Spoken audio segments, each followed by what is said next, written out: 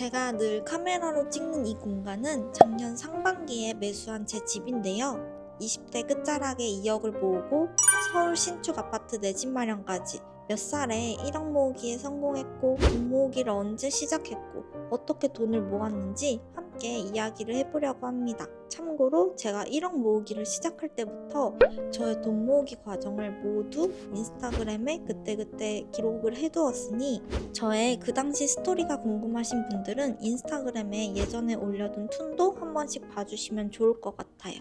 이야기 소재가 돈이잖아요. 자칫하면 자극적일 수 있지만, 저는 남들과 비교하게 되고 왠지 따라하지 않으면 죄 짓는 것 같은 호통치는 그런 느낌의 영상이 아니라, 그냥 이런 사람도 있구나 하고 포근하고 말랑한 느낌의 영상을 만들고 싶거든요. 그래서 한번 이렇게 잠옷을 입고 편하게 앉아서 조용조용하게 이야기해 볼게요. 저는 만으로 28살, 7년차 직장인이긴 하지만 재테크를 시작한 진 그렇게 오랜 시간이 지나지 않았는데요. 시간을 거슬러서 1년차 신입사원일 때부터 내 집 마련하기까지 돈 모으던 과정을 차근차근 이야기해 볼게요. 첫 회사의 취업에 성공해서 근로계약서를 썼던 그 순간이 아직도 생생하게 기억에 남는데요. 생각했던 것보다 적은 월급에 아쉽기도 하고, 한편으로는 이 월급을 어떻게 쓰면 좋을까 막연히 고민이 되더라고요. 이 돈을 왠지 다 쓰면 안 될 것 같고, 돈을 모으긴 모아야 될 것 같은데 되게 막연한 상태였거든요. 그러다가 괜히 우리가 돈을 모을 때 흔히들 목표를 1억 모으기로 잡잖아요. 왠지 모르겠는데 저도 3년 동안 1억을 모아야겠다는 야심찬 꿈을 꿨어요. 근데 제가 당시 월급이 200만 원대였거든요. 아무리 단순히 계산을 해봐도 3년 동안 1억이나 모으려면 한 달에 280만 원 가까이 모아야 되는데, 제 월급으로는 말도 안 되는 금액이잖아요. 근데 무턱대고 제대로 된 저축 계획은 없지만 일단 무작정 월 200만 원짜리 적금을 들었어요. 3년 만기 상품이었는데 덕분에 제 소비 생활이 완전 엉망이 됐던 것 같아요. 월급을 받으면 적금으로 돈이 다 들어가니까 당연히 생활비가 부족할 수밖에 없잖아요. 생활비가 부족하니까 카드에 의존하고, 카드값을 낼 방법이 없으니까 부모님한테 돈을 빌리고, 다음 달에 월급이 들어오면 부모님 돈 갚고, 적금 내면 또 돈이 부족하고, 계속해서 악순환이 반복됐는데요. 그럼에도 불구하고 매달 꼬박꼬박 적금을 넣긴 넣으니까 돈이 모일 수밖에 없고, 시간이 지날수록 왠지 나 돈 잘 모으고 있는 것 같은데? 라는 근거 없는 자신감이 생기더라고요. 근데 이런 시스템을 만들어 두니까 일단 월급이라는 것에 굉장히 소홀해졌어요. 어차피 월급 들어와도 이것저것 빠져나가는 게 많으니까 내가 월급을 얼마나 받고 있는지조차 관심을 안 가졌어요.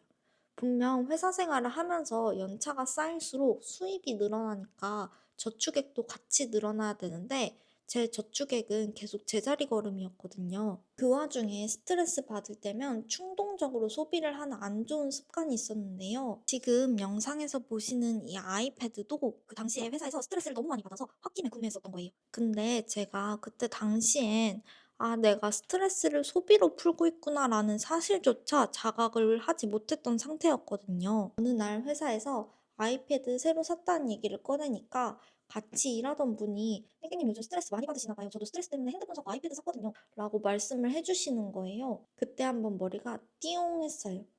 '나 이렇게 돈 쓰면 안 되겠는데?' 싶더라고요. 그렇게 어찌 됐든 흐지부지 3년쯤 지난 시점엔 그래도 6천만 원 모은 상태였는데요. 이때 또 한 번 큰 실수를 하게 됩니다. 그때 제가 살던 월세집이 계약이 만기가 되면서 자취방을 이사를 할까 말까 고민을 했었는데요. 당시엔 전세대출 이자가 월세보다 훨씬 쌌기 때문에 월세 살면 바보라는 얘기를 들었거든요. 그래서 가진 돈 몽땅 탈탈 털어 모아서 전셋집을 구했어요. 그땐 얼마나 미련했냐면요. 그동안 꾸역꾸역 모았던 적금을 그냥 중도 해지시켜버린 거예요. 이렇게 허무하게 중도 해지할 거면 왜 그렇게 돈을 모았는지. 그때 제가 왜 중도 해지했냐면요. 6천만 원이나 되는 돈이었지만 생각보다 만기됐을 때 받는 이자가 적은 거예요. 그래서 그냥 나 어차피 전셋집 구하는데 보증금도 필요하니까 해지해야겠다 하고 그냥 해지를 해버렸어요. 그렇게 제가 가진 돈 몽땅 전세 보증금에 넣고 제 수중엔 돈이 한 푼도 남지 않게 되었는데요. 그때 당시에는 주식이나 투자 이런 정보도 잘 몰랐고 어떻게 하는지도 몰랐고 어플 가입부터 계좌 개설까지 너무 어려워 보이는 거예요.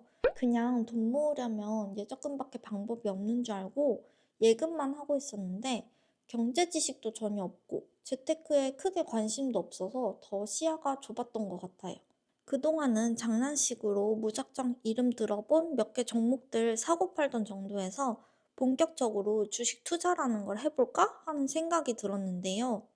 그때는 또 한창 주식 시장이 좋아서 뭘 사도 오르던 시기였거든요. 이때 제가 조금 위기의식을 느꼈던 사건이 하나 있었는데요. 그때 유행했던 것 중 공모주 청약이 있었어요. 물론 공모주 청약은 지금도 되게 핫한 재테크 중 하나죠. 공모주 청약을 하려면 해보신 분들은 아시겠지만 몇십만 원에서 많게는 몇천만 원, 청약 증거금이라는 명목 하에 돈을 넣어두고 돈을 많이 넣어둘수록 공모주를 많이 받을 수 있는 확률이 높아지는 방식이거든요. 어떤 종목이냐에 따라서 조금씩 다르겠지만 그때 당시에는 대부분 공모주 청약에 넣어서 당첨이 되면 시세 차익을 누릴 수 있었어요. 그래서 청약 증거금을 넣고 신청 버튼만 누르면 됐었는데 저는 그 청약 증거금이 없어서 공모주 청약을 못했거든요. 그때 돈이 돈을 번다라는 느낌을 받았던 것 같아요. 내가 돈이 있었더라면 그 돈으로 또 다른 돈을 벌었을 텐데 라는 생각이 들더라고요. 그럼 이쯤에서 돈의 의미에 대해서 한번 이야기를 나눠볼까 하는데요. 우리는 왜 돈을 모으려고 할까요? 그리고 왜 돈이 필요할까요? 저한테 돈은 나 한 명을 온전히 지킬 수 있는 힘 같은 거였어요. 저는 워낙 걱정과 불안을 달고 사는 사람인데요. 지금은 회사를 잘 다니고 있고 너무 좋은 회사지만 언젠가 잘리지 않을까라는 걱정이 늘 있었고, 그래서 사이드 잡들을 하면서 회사 밖에서도 홀로 설 수 있는 기반을 마련하고 싶었어요. 무빙워터님이 말씀하신 유명한 이야기가 있죠. 언젠가 잘리고 회사는 망하고 우리는 죽는다. 아무리 안정적인 회사라도 내가 능력을 보여주더라도 혹여나 언젠가 잘리지 않을까? 혹은 회사가 망하지 않을까? 이런 불안감이 저는 늘 있었어요. 꼭 일에 대한 부분뿐만 아니더라도 만약 내가 크게 아프거나 다쳤을 때 주변 사람들한테 부담을 주고 싶지 않았거든요. 가족의 도움 없이 내가 모아둔 돈으로 내 건강, 아픔을 해결하고 싶었어요. 그래서 저는 나를 지키기 위해 일정 금액의 돈이 필요했어요. 자취를 오래 하고 이사를 다니다 보면 공감하실 수도 있는데요. 2년마다 계약이 만기되고 계약이 끝날 때쯤이면 지금 집이 마음에 드는데 집주인이 나가라고 하면 어쩌지? 아니면 지금 집에서 나가고 싶은데 혹시 보증금 못 돌려받으면 어쩌지? 이렇게 전전긍긍했다는 경험 혹시 있으신가요? 저는 그냥 만기 때마다 집주인과 눈치 싸움을 하고 걱정하고 이사 다니고 이 과정이 너무 힘들었거든요. 그래서 돈을 모으는 것에서 더 나아가서 내 집 마련을 하고 싶었어요. 더 이상 눈치 보지 않아도 되는 내 집이 갖고 싶었거든요. 이렇게 마음이 들 때쯤 본격적으로 돈을 모으기 시작했는데요. 사회생활 시작한 지 3년이 지나가는 시점에 조금 늦어 보일 수도 있지만 다시 0에서부터 시작해서 돈을 모으기 시작했어요. 가계부도 열심히 쓰고 내가 한 달에 얼마를 벌고 있고 얼마를 모을 수 있는 사람인지에 집중을 했어요. 그리고 처음으로 한 달 생활비를 계획하고 그 계획대로 소비를 했는지 리뷰하는 습관을 가지기 시작했고요. 한 달에 모을 수 있는 돈을 마주하고 나니까 생각보다 모을 수 있는 돈이 많지 않아서 절망스럽기도 했지만 그래도 어쩌겠어요. 일단 최대한 고정 지출도 줄이고 조금씩 짠테크를 하면서 부수입을 늘려가 보기로 했는데요. 이때 설문조사 앱이나 데이터 라벨링과 같이 집에서 누워서 핸드폰만 있으면 할 수 있는 부업부터 앱테크, 짠테크 여러 가지를 병행하다가 제 인생의 터닝포인트를 하나 만나게 됩니다. 영상에서도 가끔 소개했듯 운 좋게도 제 취향에 잘 맞는 부업을 찾게 되었고, 그래서 그 해에는 5천만 원 넘게 저축을 하면서 1억 모으기에 달성을 했어요. 그렇게 저는 사회생활을 시작한 지 4년이 조금 안 되는 시점에 1억 모으기에 성공을 합니다. 우리 그런 말이 있잖아요. 1억 모으는 게 어렵지 1억 막상 모으고 나면 그 다음부터는 돈 모으는 속도가 훨씬 빨라진다. 그 말이 진짜였을까요? 다음 영상에서는 제가 그렇게 1억을 모으고 그 다음에 어떻게 돈을 불려나갔는지 조금 더 소개를 해보도록 할게요.